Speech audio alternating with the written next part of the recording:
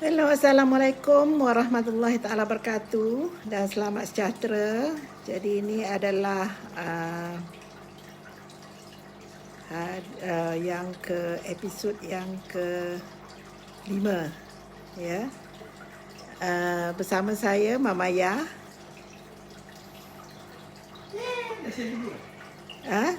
Dah share sikit. Satu je. Tak berapa mahir lagi.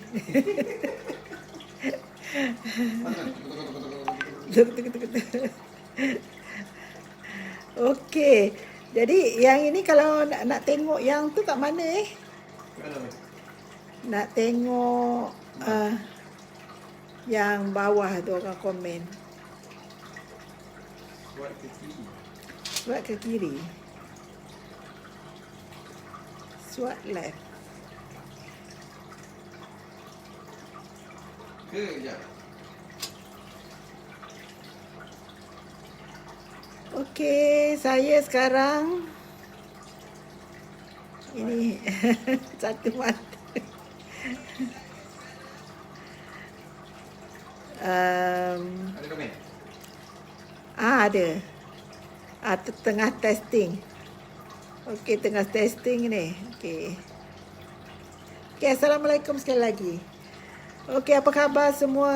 Alhamdulillah, saya sihat walafiat. Jadi hari ini kita masih lagi dalam topik yang sama. Menjadi ketua. Jadi semalam ada viewers yang tanya tentang kepimpinan instruksional. Jadi Assalamualaikum Ahmad Syahir, Assalamualaikum Izian. Belum lagi. Belum lagi. Ini masih di utara. Masih di utara. Nanti sebentar lagi kita akan bertolak balik. Ya, sebab rehat sekejap, perjalanan jauh semalam. Jadi semalam kita berjaya menghantar biskut cheese untuk wanita-wanita yang craving nice colour tudung. Alhamdulillah, nice colour tudung. Thank you. Sofa yang sama. Oh, lebih kurang sama Oh, tak perasan. Sofa sama dengan rumah. Itu yang keliru tu, ingat dah sampai rumah Okey, jadi pada umumnya untuk menjadi ketua ni, dia mestilah tahu bagaimana untuk memimpin dan mempengaruhi orang lain. Ya, seperti mana yang episod-episod lepas, ya, di mana saja kita berada, kita adalah ketua. Ya, ketua paling tidak ketua keluarga. Ya, ketua keluarga. Jadi ketua keluarga pun kalau kita mempunyai pengetahuan tentang menjadi ketua yang high performance. High performance, jadi itu akan membantu kita untuk memimpin dan mempengaruhi orang lain. Jadi supaya kita mempunyai hala tuju yang sama. Jadi kalau mempunyai hala tuju yang sama, macam perahu. Kalau perahu, dalam perahu itu ya ada banyak ketua, dia akan tidak tenaganya akan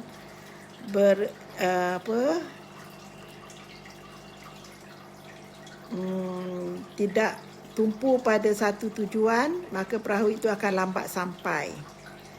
Jadi kalau biasanya kalau ada satu ketua, terutamanya kalau ada gendang dan sebagainya, membantu supaya awak-awak dalam perahu itu mendayung dengan sekata, dengan sama, dengan rentak yang sama, dengan tujuan yang sama, dengan kekuatan yang sama, maka perahu itu akan sampai lebih cepat dari perahu-perahu yang lain. Jadi ini memerlukan ketua yang fokus. Ketua yang fokus, yang mempunyai pengetahuan, kemahiran dan nilai dan spiritual yang tinggi. Jadi untuk mendapatkan ini biasanya dia mengambil masa yang lama kalau kita tidak berguru. Ya, kalau kita tak berguru, dia akan mengambil masa yang lama. Kalau kita berguru, kita akan mencapai matlamat untuk menjadi ketua yang berkesan dengan lebih baik. Ya, kalau lebih cepat, lebih baik dan lebih cepatlah kita mendapat hasil bersama-sama dengan ahli kumpulan. Jadi hari ini kita kita bolehlah bincangkan tentang demokrasi ya. Kalau autokratik kita dah bincang sedikit demokrasi. Sharing jadi ketua ya. Kalau ada soalan boleh tulis sini. Ya, boleh tulis supaya kita boleh bincang lebih fokus ya. Apa tajuk yang kita nak isu yang kita nak bincangkan lebih fokus, sebab menjadi ketua ini adalah bidangnya sangat luas. Ya, sangat luas. Jadi kalau amnya kita bolehlah fokus sedikit-sedikit. Jadi kalau ada permintaan untuk fokus pada sesuatu isu, bolehlah kita boleh utarakan di sini isu yang nak dibincangkan. Kalau tidak, saya teruskan dengan demokrasi. Ya, demokrasi. Untuk memimpin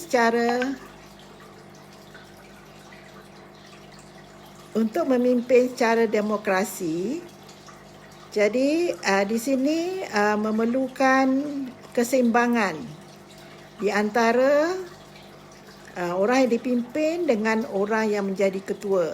Keseimbangan maksudnya keseimbangan semualah, semua aspek, daripada semua aspek. Kalau boleh kebanyakan aspek itu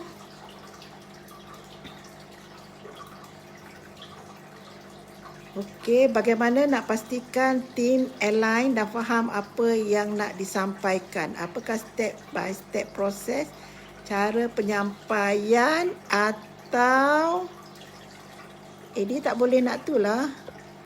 Bawah tu atau tu. Tekan Simo tak mau. Tak apalah, yang atas je lah, dia tak boleh baca. Semua perancangan berjalan lancar.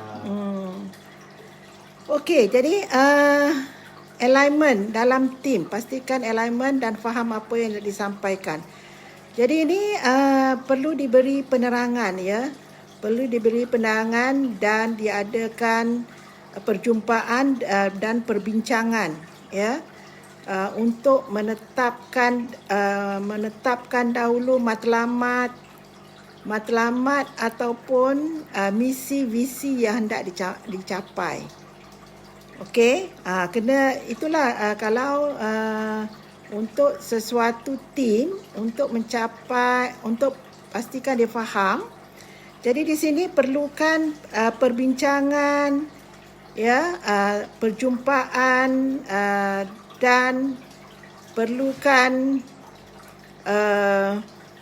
mengambil keputusan bersama. Jadi untuk mengambil keputusan bersama ni perlulah ada perbincangan dan penerangan yang jelas supaya semua faham ya. Penerangan yang jelas dari sudut ketua dan juga penerangan yang jelas dari sudut tim ya, semua tim. Jadi di sini semua mesti ambil bahagian.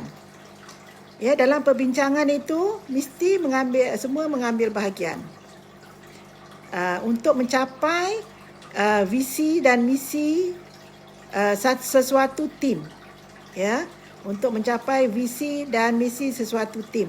Jadi misi dan visi ataupun matlamat sesuatu tim itu mestilah ditetapkan bersama-sama. Ya, di sini kalau ketua tetapkan, jadi bila ketua tetapkan dan arahkan timnya melaksanakan supaya melaksanakan tindakan untuk mencapai visi ketua, jadi itu yang tim tidak akan align, tidak akan dapat mengikut tidak dapat menerima apa yang diarahkan oleh ketua. Jadi untuk alignment ini,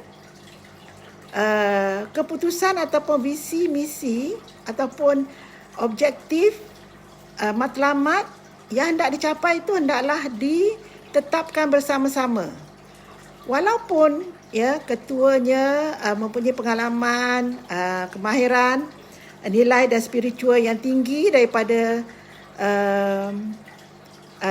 ahli dalam tim, tetapi ketua untuk mendapatkan kefahaman dalam tim, ketua perlulah memberi penjelasan dari sudut atau dari pandangan ketua, sehinggalah tim semua ahli dalam tim dapat menerima. Selagi ahli tim tidak dapat menerima, itu juga adalah kegagalan ketua, ya, untuk mempengaruhi ahli-ahli dalam tim. Jadi sebagai ketua, dia seharusnya tidak memaksa tetapi mempengaruhi ahli-ahli dalam tim. Jadi untuk mempengaruhi ahli-ahli dalam tim, ketua mestilah menggunakan kemahiran, ya, gunalah silat ke apa ke, bersilat, ya, menari ke, menyanyi ke, itu sebagai contoh. Jadi dia seharusnya boleh mempengaruhi. Kalau dia ada visi yang jelas, kalau ketua mempunyai visi yang jelas, seharusnya dia menggunakan kemahiran, ya, komunikasi, kemahiran kepimpinannya, ya, untuk supaya tim ahli dalam timnya ikut. Jadi di situlah untuk alignmentnya pentingnya adalah di mana bermula dari penetapan matlamat. Jadi matlamat ni seharusnya diterima bersama oleh ahli dalam kumpulan. Jadi kalau terima bersama, kalau penerimaannya sangat tinggi, kalau penerimaannya sangat tinggi dengan semua ahli, tidak kira ketua dan ahli dalam kumpulan tersebut mempunyai kefahaman, mempunyai ilmu, mempunyai kemahiran, nilai spiritual yang sama-sama tinggi. Jadi di sini bolehlah diaplikasikan kepimpinan secara distributif. Ya, distributif. Di mana semua mengambil bahagian dalam kepimpinan. Jadi itu memerlukan kefahaman dan penerimaan yang tinggi di antara ketua dan ahli-ahli dalam kumpulan. Jadi di situ pentingnya kita sebagai ketua dapat mempengaruhi, ya, dapat mempengaruhi ahli dalam kumpulan. Kalau kita tidak dapat mempengaruhi, kita mempunyai visi yang jelas tapi tidak diterangkan, tidak dijelaskan kepada pengikut dalam ahli kumpulan tidak faham tentang, tidak jelas tentang visi dan misi ketua ataupun matlamat ketua, mereka tidak faham, maka berlakulah di situ alignmentnya tidak betul. Ya, untuk membetulkannya perlukan kita dapat mempengaruhi mereka untuk menerima visi kita. Kalau kita mempunyai visi yang jelas dan kita yakin bahawa matlamat kita itu dapat mencapai kejayaan oleh kerana kita mungkin kita tahu kita belajar, kita melalui latihan dan juga pengalaman yang banyak, ya, sudah bekerja di tempat-tempat yang lain dan sebagainya. Kalau kita yakin dengan matlamat kita, maka kita seharusnya cuba sedaya upaya untuk mempengaruhi ahli-ahli dalam kumpulan. Jadi untuk mempengaruhinya mempunyai haruslah kita menggunakan kepakaran kita supaya mereka dapat, ya, ikut, ya, menerima pandangan cadangan kita dengan dengan terbuka, dengan secara sukarela, tanpa paksaan mereka menerima pandangan kita, keputusan kita dan sebagainya. Jadi kita seharusnya mempengaruhi mereka. Okey, jadi dan faham apa yang nak disampaikan. Jadi ini perlukan bimbingan, ya, bimbingan demi bimbingan. Ya, selagi ahli dalam kumpulan kita tidak mencapai tahap yang kita harapkan, kita perlulah memberi bimbingan, ya, kepada ahli kumpulan. Ya, jangan putus asa. Beri bimbingan sehingga kita dapat, ya, menggunakan kepimpinan secara distributif. Kalau mereka tak faham, mereka tidak mempunyai, ya, kepakaran, mereka tidak faham tentang apa yang kita nak capai, kenapa tindakan kita buat dan sebagainya, maka dia akan berakhir dengan kepimpinan secara autokratik.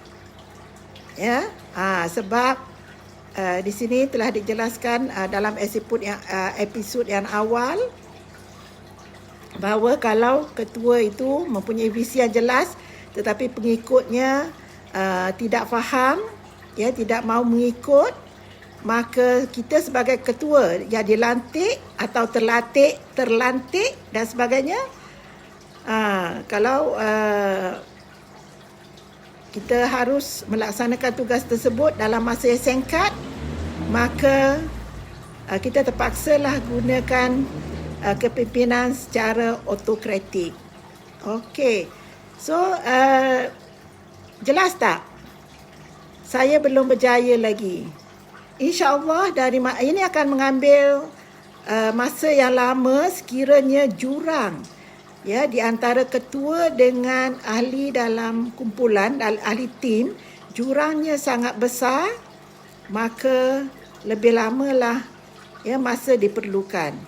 Kecuali tim itu bersedia untuk berubah. Ya, tim itu bersedia untuk berubah. Untuk tim, supaya tim berubah pun memerlukan ketua yang bijaksana.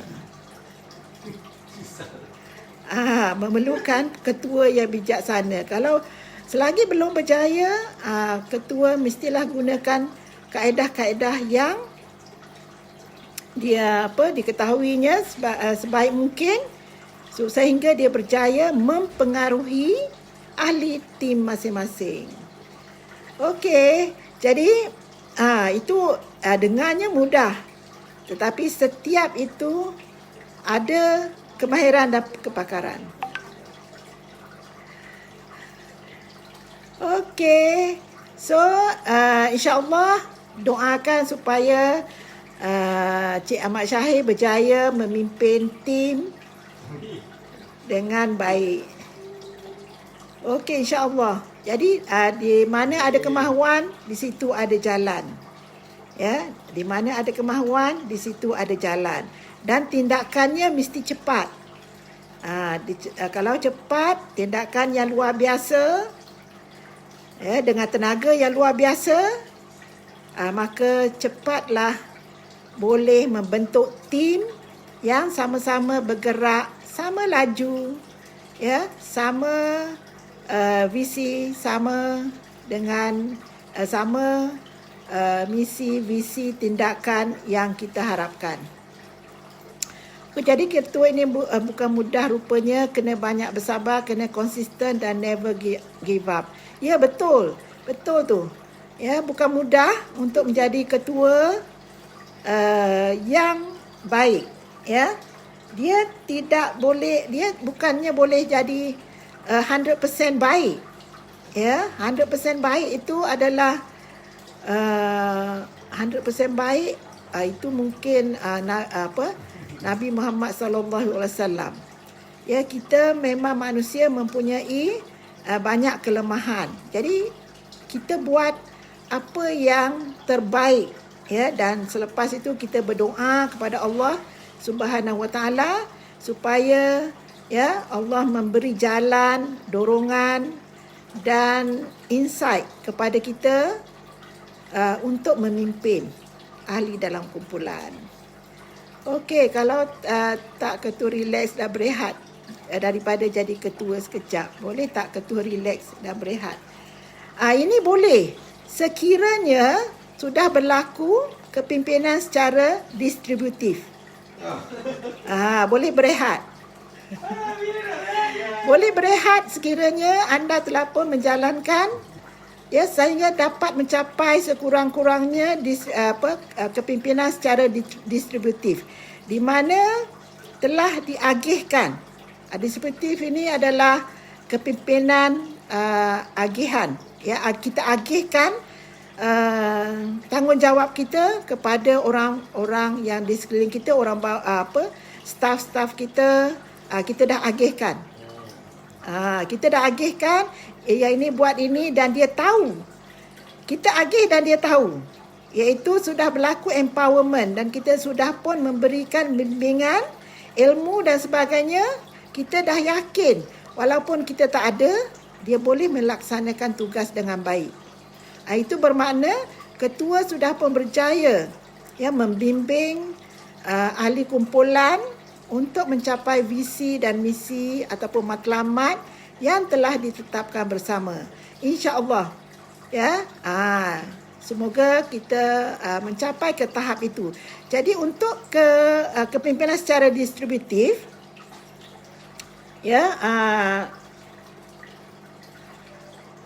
untuk mencapai tahap kepimpinan secara distributif, ahli dalam kumpulan juga mempunyai kemahiran skill lebih kurang sama dengan ketuanya. Itu maksudnya ketua sudah berjaya menjadi ketua yang baik, ketua yang berkesan. Ketua yang baik dan berkesan adalah dia membimbing orang bawahannya menjadi ketua. Jadi orang bawahannya boleh sudah mempunyai kepakaran ataupun mempunyai kemahiran untuk memimpin orang di bawahnya, orang dalam unit-unit kecil, dalam satu kumpulan itu. Dalam satu kumpulan yang besar mungkin ada beberapa ketua unit untuk unit-unit kecil. Jadi kalau pada tahap di mana ketua berjaya memberi bimbingan, kemahiran, ilmu, nilai semangat beliau dipindahkan, bukan dipindah, kalau pindahkan semua jadi kosong. Dikongsi kepakaran ini dan orang bawahnya sudah pun layak menjadi ketua. Untuk sebagai pemimpin, dia bukannya dilantik kepimpinan ini. Ketua ni, pemimpin, dia biasanya tidak dilantik. Leader adalah biasanya bukan dilantik. Dia melalui kepakarannya, karismanya, ilmunya, kemahirannya dan sebagainya, dengan sendiri ahli dalam kumpulan itu mengikut. Jadi itu maksud menunjukkan bahawa dia mempunyai leadership yang tinggi. Ya, dia dapat mempengaruhi orang-orang di sekitarnya. Okey, jadi nak relax boleh. Jadi perlulah membimbing dahulu. Ya, perlu membimbing dahulu. Okey. Jadi kita sudah berbincang. Terima kasih atas soalan-soalan yang diberi, ya, memberi semangat kepada saya untuk berkongsi. Jadi lebih fokus kepada isu kita bersama. Isu kita bersama maksudnya viewers perlukan penerangan, dan maka saya boleh kongsi pengalaman dan juga ilmu yang saya ada. Jadi lebih fokus. Jadi ini dua hala. Ya, kalau tak ada satu hala saja, kalau tak ada soalan, jadi itu jadi satu hala saja agak kurang berkesan. Okey, apakah cara-cara ketua wanita nak hadapi subordinate lelaki yang suka bekerjasama kerana mempunyai ego tinggi dan gender? Di bawah itu saya tak dapat baca. Saya tekan-tekan pun Simo dia tak turun. Jadi saya fokus kepada soalan di hadapan saja. Kalau menghadapi subordinate yang sama, yang ini kita kena guna kemahiran, ya, of course lah, kemahiran ilmu kita. Salah satunya adalah cara ketua wanita, cara-cara ketua wanita ialah di mana kita tahu menggunakan kuasa yang kita ada. Ya, kuasa ada banyak jenis kuasa.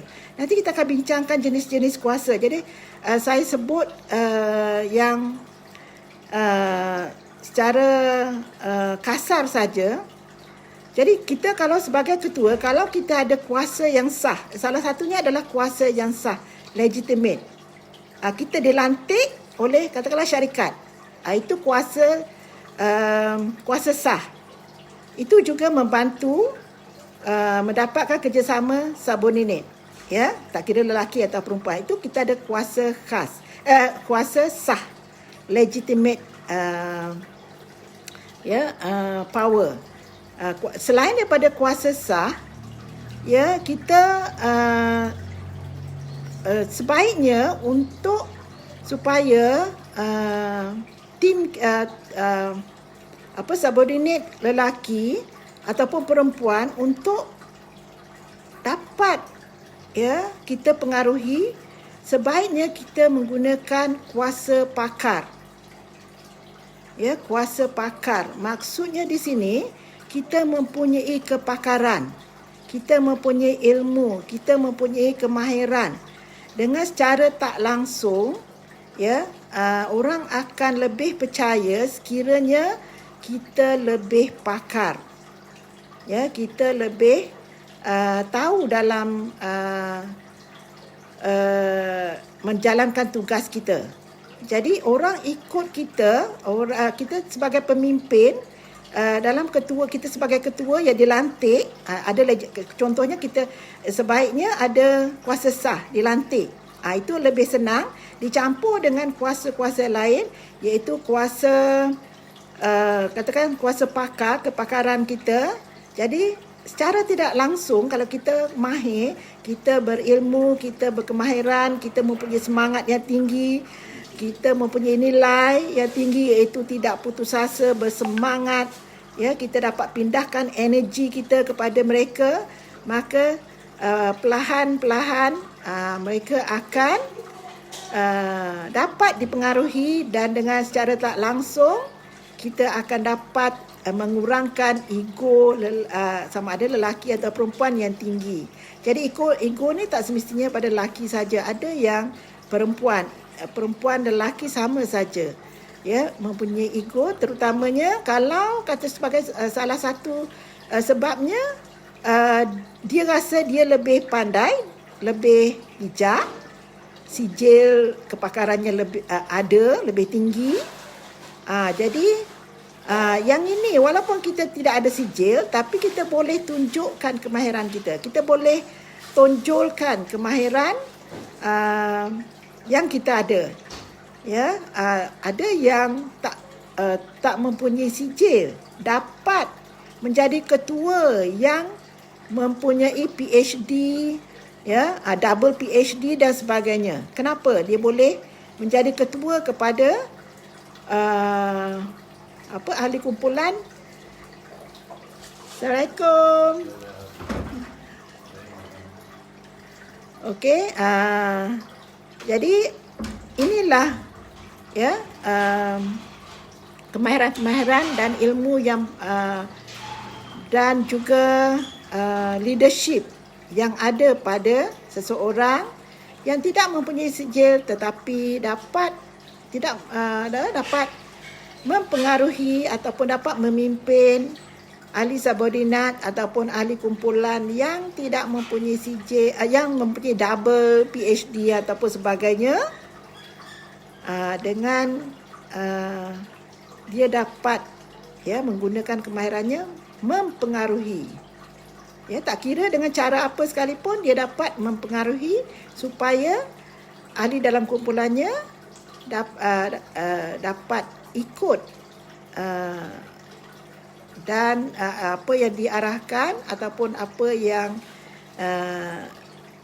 hendak dicapai dalam satu-satu kumpulan ataupun tim. Okey.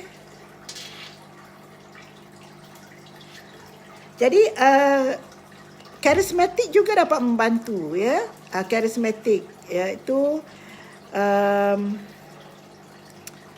kalau ahli kalau ketua itu mempunyai karismatik,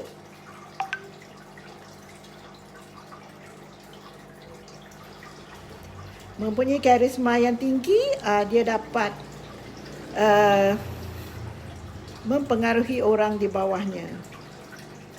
Okey, hari ini sudah. Kalau itu kita akan bersiaran semula, insya-Allah di waktu yang sama pukul 12.45,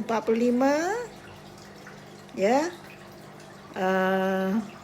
supaya kita dapat bersembang bersama-sama tentang, tak kiralah sama ada tajuk menjadi ketua ataupun apa-apa tajuk, yang mana, ya, sekarang ini yang duduk berseorangan, tak ada orang yang untuk berbincang sebab sekarang PKP, dia hanya duduk seorang. Jadi bolehlah join saya untuk bersembang. Okey, setakat itu saja untuk hari ini. Saya rasa kita jumpa lagi esok, insya-Allah. Sekiranya ada umur yang panjang. Wabillahi taufik wal hidayah. Wassalamualaikum warahmatullahi taala wabarakatuh. Terima kasih semua.